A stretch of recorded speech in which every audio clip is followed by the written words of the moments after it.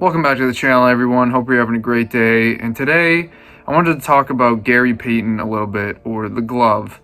I did a video a while back on players with the best longevity and durability, and talked about LeBron, Kareem, Stockton, Malone. And I realized I kind of forgot about Gary Payton because his longevity and durability was very, very impressive, and I just kind of overlooked him. And I think a lot of times he does get overlooked in the point guard discussion. I wouldn't put him as a top 3 point guard or anything, but I think he's very, very, very good, and he gets underappreciated a little bit when it comes to discussions of the all-time greats, especially the point guards. So I wanted to talk about his longevity, durability, but also some very impressive achievements that he accomplished throughout his career. So to start with his longevity and durability, this is really good stuff. I totally overlooked him when making my other video. He played 17 years in the NBA, a little less than the guys I talked about. Malone and Stockton played 19, LeBron 21, Kareem 20, so a little less. But in those 17 seasons, he played 1,335 regular season games out of a possible 1,362. That's good for 98% of the games. So we looked at Stockton, who was just about 99%. Malone was right around, I think it was 97 or 98. So Gary Payton played over 1,300 games and played in 98% of the games, which is just incredible. He also played 82 games 9 times, and he played all 50 games in the lockout shortened season in 98-99. So 10 seasons he played every single game that was possible during the regular season. So really impressive there. I think Malone was like 8. He did it 8 times. I could be wrong. Something like that. Right around what Payton has. So I was looking at that. He didn't play as long, but I was like, man, this is impressive from Gary Payton. And he also played until he was 38 years old, 37 years old. Didn't miss many games until his last season. He missed 14 games there in his last season. But in his first 12 years, full years with the Seattle Supersonics, he only missed 5 games. And I just think that's incredible. A lot of guys back when he played, 80s, 90s, 2000s, like, they played a lot more than players do today.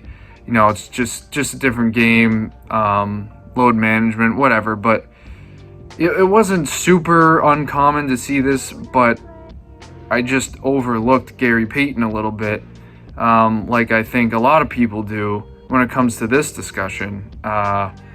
I honestly just didn't know, and looking into it, I'm very impressed with those numbers. I mean, that's very, very impressive stuff. So I wanted to give him some props for his longevity and his durability there. But just a couple other things about him. He won the Steal title in 95-96. He won the Defensive Player of the Year that year. And he finished top 5 in Defensive Player of the Year voting 6 times in his career. 95, 96, he won it. And then the next 2 years, he finished second to Mutombo. So, I mean, we know how impressive he was on defense. But offense, he was very good as well. He finished top 10 in MVP voting 8 times in his career, which was, I didn't know that. I knew how great he was, and the Sonics were always very good. I think they won 60 plus games like 3 or 4 times when he was there. 64 games in 96 when they lost to the Bulls in the finals. But Gary Payton was a phenomenal player, and he really was in the discussion for MVP most of those years. And he wasn't too much of a scorer. He could score, but he played great defense, facilitated. He's 11th all-time in assists, I believe. He's 5th in steals. So those are 2 very impressive things from him. But He in his last 4 full seasons with the Seattle Supersonics, he averaged 22.9 points a game and 8.7 assists. So, I mean, he could score the ball. He did in his early 30s, before he got traded from the Sonics. And yeah, he was a great scorer. We know he was a great defender. His playmaking was excellent as well. And in '96, he gave Jordan some trouble. I mean, I'm not going to say he completely shut him down, but Jordan shot 42% from the field in the '96 finals. So Gary Payton did about as good as you can on Michael Jordan that series.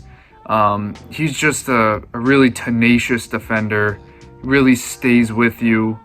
They call him the glove for a reason. I mean, he's an overlooked point guard in my opinion, and I really do like his game. Just an excellent defender, can pass, can score, can get steals, can really do everything.